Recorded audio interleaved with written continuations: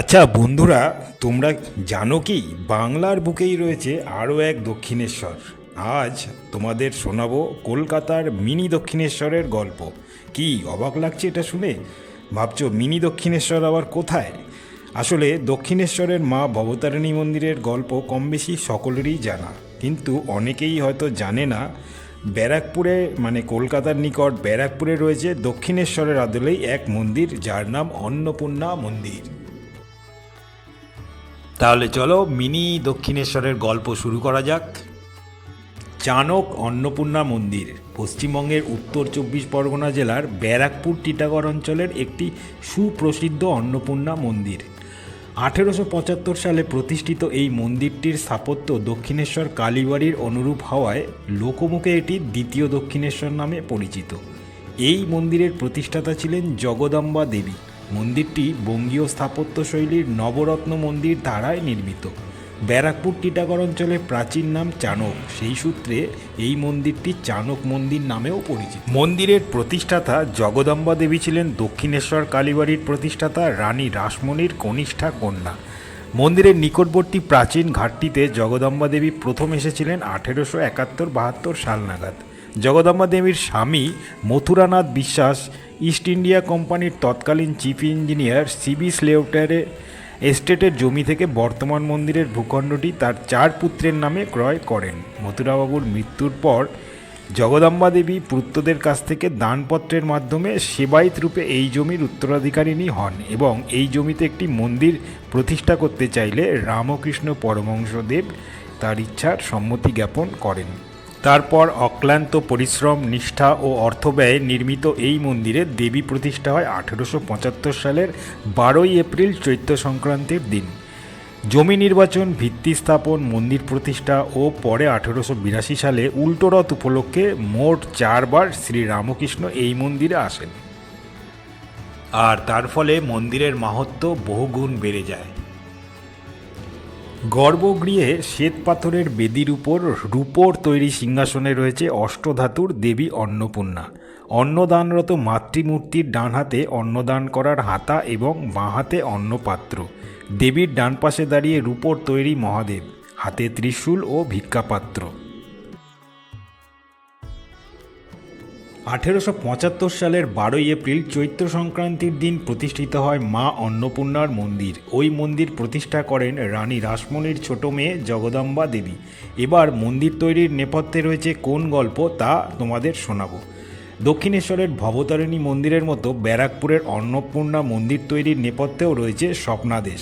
রানী রাসমণি স্বপ্নাদেশ পেয়ে কাশী যাত্রা বন্ধ করে মা ভবতারিণীর মন্দির যেমন তৈরি করেছিলেন, ঠিক তেমনি জগদম্বা দেবীও নাকি নৌকা করে গঙ্গার ওপর দিয়ে কাশী যাওয়ার সময় চানক গ্রামের কাছে মা অন্নপূর্ণার স্বপ্নাদেশ পেয়েছিলেন যে সেখানে যেন মন্দির তৈরি করা হয়। সেই মতো মথুরামোহন বিশ্বাসের স্ত্রী জগদম্বার উদ্যোগে তৈরি হয় এই অন্নপূর্ণা মন্দির। ব্যারাকপুরের আগের নাম ছিল চানক। চানক গ্রামের এই অন্নপূর্ণা মন্দিরটি এলাকাতে সোনার অন্নপূর্ণা নামেই বিখ্যাত, কিন্তু অন্নপূর্ণার বিগ্রহ এখানে অষ্টধাতুর। ব্যারাকপুরের অন্নপূর্ণা মন্দির প্রাঙ্গণে 6টি শিব মন্দির রয়েছে। শোনা যায় জগদম্বা দেবীও মন্দির প্রাঙ্গণে দক্ষিণেশ্বরের মতো 12টি শিব মন্দির নির্মাণ করতে চেয়েছিলেন, কিন্তু তিনি স্বপ্নাদেশ পান তিনি যেন তার মায়ের অতুলনীয় কীর্তির সঙ্গে পাল্লা দিয়ে মন্দির নির্মাণ না করেন। এরপরই তিনি 6টা শিব মন্দির নির্মাণ করেন। মন্দিরে ঘুরতে ঘুরতে একটু প্রসাদও খেয়ে নিলাম। অন্নপূর্ণা মন্দিরের বিশেষ আকর্ষণ অন্নকূট উৎসব। প্রায় 100 কেজি চালের অন্নকূট হয় এই মন্দিরে। সারা বছর নিত্য পুজো তো হয়ই এই মন্দিরে, এছাড়াও মঙ্গলচণ্ডীর পুজো, বিপত্তারিণী পুজো, জন্মাষ্টমী, দুর্গা পুজো, কালী পুজো, জগদ্ধাত্রী পুজো ইত্যাদি অনুষ্ঠিত হয়। আবার কল্পতরু উৎসবও সাড়ম্বরে অনুষ্ঠিত হয়।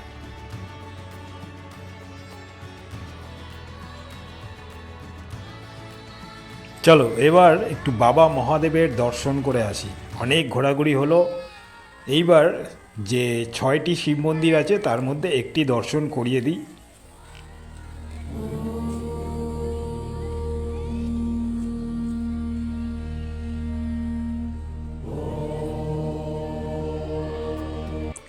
চাণকের এই মন্দিরটি বঙ্গীয় স্থাপত্যশৈলীর নবরত্ন মন্দির ধারায় নির্মিত। মূল মন্দিরটি দক্ষিণেশ্বর মন্দিরের আদলে নির্মিত বলে এটিকে দ্বিতীয় দক্ষিণেশ্বর নামেও বলা হয়। দক্ষ শিল্পী না পাওয়ায় দক্ষিণেশ্বর মন্দিরের মতো এখানেও টেরাকোটার অলঙ্করণ ব্যবহার করা যায়নি, যদিও এই মন্দিরে সুবিন্যস্ত কার্নিশগুলিতে পঙ্খের কাজ অত্যন্ত সুনিপুণ। আচ্ছা, এবার একটু মন্দির খোলা ও বন্ধের টাইমটা বলে দিই। সকাল 5টায় মন্দির খুলে যায়, আবার দুপুর 1:30টায় বন্ধ হয়, তারপর আবার বিকেল 4টেয় খোলে ও রাত 8টা অবধি মন্দির খোলা থাকে। তবে মূল মন্দির বাদ দিয়ে মন্দির প্রাঙ্গণ কিন্তু রাত 8টা অবধি আপনি পুরোটাই খোলা পাবেন। আপনি চাইলে নাট মন্দিরে বসে সময় কাটাতে পারেন, ধ্যান করতে পারেন, অথবা মন্দির চত্বর ঘুরেও দেখতে পারেন।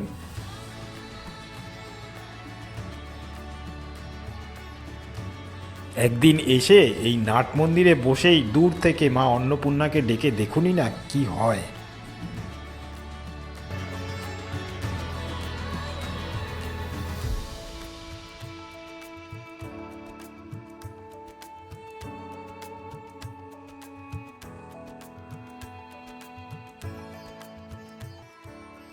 মন্দিরের ভেতরেই বেশ কিছু ঘর রয়েছে। সম্ভবত যে সমস্ত ভক্তগণ 1 রাত কিংবা 2 রাত এখানে থাকতে চান, অফিসে যোগাযোগ করতে পারেন, হয়তো থাকার বন্দোবস্তও হয়ে যেতে পারে।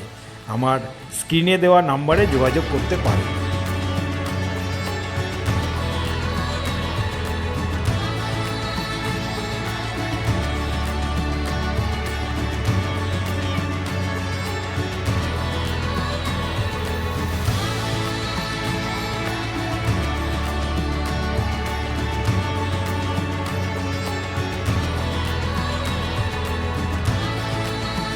মন্দিরের একদম কাছাকাছি রয়েছে গঙ্গার ঘাট, সেখানেও একটু ঘুরে আসা যেতে পারে, একটু সময় কাটিয়ে আসা যেতে পারে।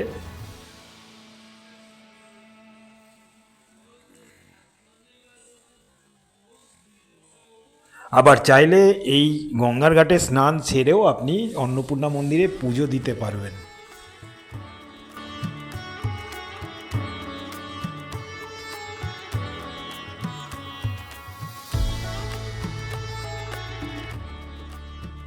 তবে যখনই আসেন, যেদিনই আসেন, মন্দির চত্বর কিংবা পুজো দেওয়া হয়ে গেলে, মন্দির চত্বর ঘোরা হয়ে গেলে গঙ্গার ধারে ঘাটে অবশ্যই একবার আসুন। গঙ্গার ধারের এই মনোরম পরিবেশ আপনাকে মুগ্ধ করে তুলবে।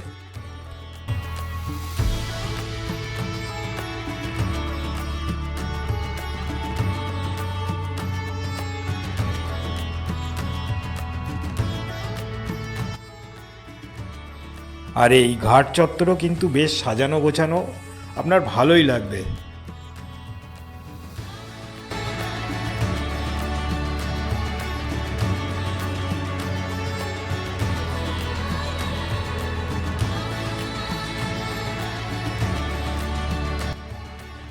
পাশেই রয়েছে ফেরিঘাট, চাইলে লঞ্চে করে আপনি ওপারে শ্রীরামপুরেও ঘুরে আসতে পারেন। মনে রাখবেন, শ্রীরামপুরেও কিন্তু বেশ কয়েকটি দর্শনীয় স্থান রয়েছে।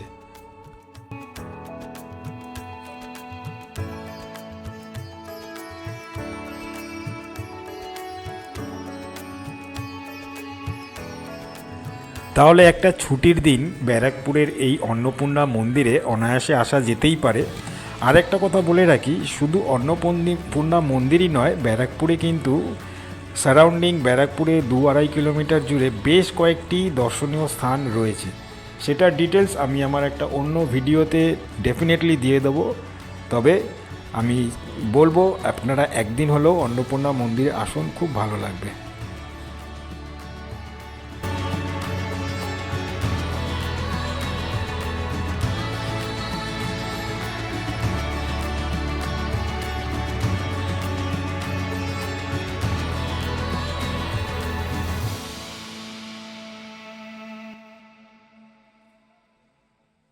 এইবার একবার বলে দিই কিভাবে আসা যাবে এই অন্নপূর্ণা মন্দিরে।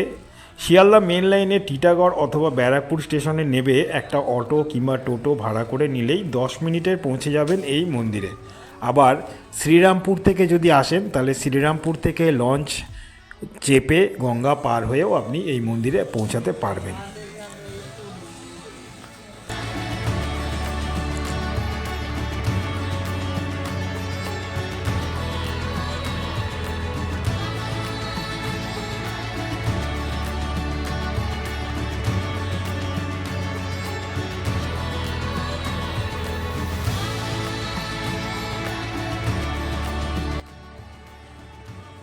এইবার একটু বলে দিই অন্নপূর্ণা মন্দিরে ভোগ প্রসাদ গ্রহণের নিয়ম। জনপ্রতি 120 টাকা করে কুপন কেটে ঠিক দুপুর 1:15 নাগাদ ভোগ প্রসাদ গ্রহণ শুরু হয়। আর যদি কেউ মনে করেন যে অন্নপূর্ণা মাকে সরাসরি ভোগ নিবেদন করবেন, মন্দিরের ডান দিকে অফিসে যোগাযোগ করবেন। আগে ভাগে 2000 টাকা একদিনের ভোগের জন্য ধার্য করা হয়। চাইলে বেনারসি শাড়ি কিংবা অন্যান্য শাড়িও দান করতে পারেন। কন্ট্যাক্ট নাম্বার আমি স্ক্রিনে দিয়ে দিচ্ছি, আবারও দেখে নেবেন।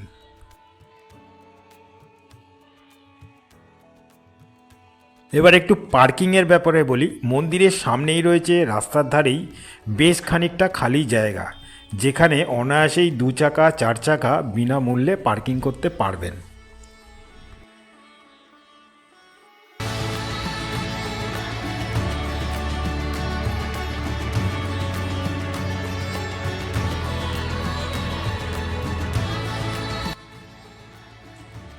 তাহলে বন্ধুরা, আজকের ভিডিওটা আমি এখানেই শেষ করব। আর শেষ করার আগে একবার বলে রাখি, আমার ভিডিওটা ভালো লাগলে অবশ্যই লাইক করবেন, কিছু বলার থাকলে কমেন্ট করে জানাবেন। আর যেটা সব ভিডিওতেই আমি রিকোয়েস্ট করি, সাবস্ক্রিপশানটা আমার করে দেবেন। অনেকটা পিছিয়ে আছি বন্ধুরা, আপনাদের সাহায্য চাই। আপনাদের সাপোর্ট থাকলে আমি অনেকটা দূর এগোবো। এই বলে আমি আজকের ভিডিওটা শেষ করছি। সবার মঙ্গল করুক মা অন্নপূর্ণা মায়ের জয়।